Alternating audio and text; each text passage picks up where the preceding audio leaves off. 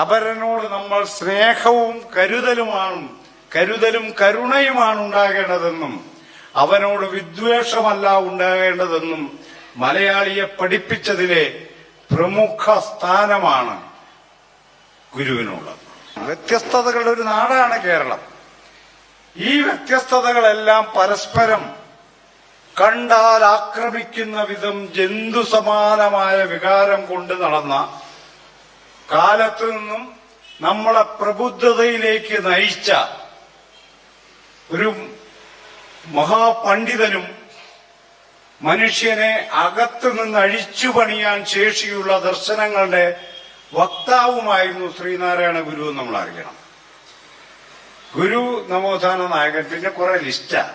അങ്ങനെ ലിസ്റ്റിലൊന്നും ഞാൻ വിശ്വസിക്കുന്നില്ല. ആ ലിസ്റ്റിലുള്ളവർ മുഴുവൻ കേരളത്തെ അങ്ങ് നന്നാക്കി കരയെ കൊണ്ടാക്കിയെന്ന് ഞാൻ എന്തായാലും വിചാരിക്കുന്നില്ല.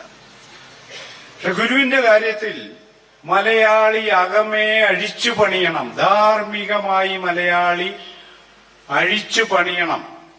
അപരനെന്നത്, അപരനോട് നമ്മൾ സ്നേഹവും കരുതലും കരുണയുമാണ് ഉണ്ടാകേണ്ടതെന്നും അവനോട് വിദ്വേഷമല്ല ഉണ്ടാകേണ്ടതെന്നും മലയാളിയെ പഠിപ്പിച്ചതിലെ പ്രമുഖ സ്ഥാനമാണ് ഗുരുവിനുള്ളത്.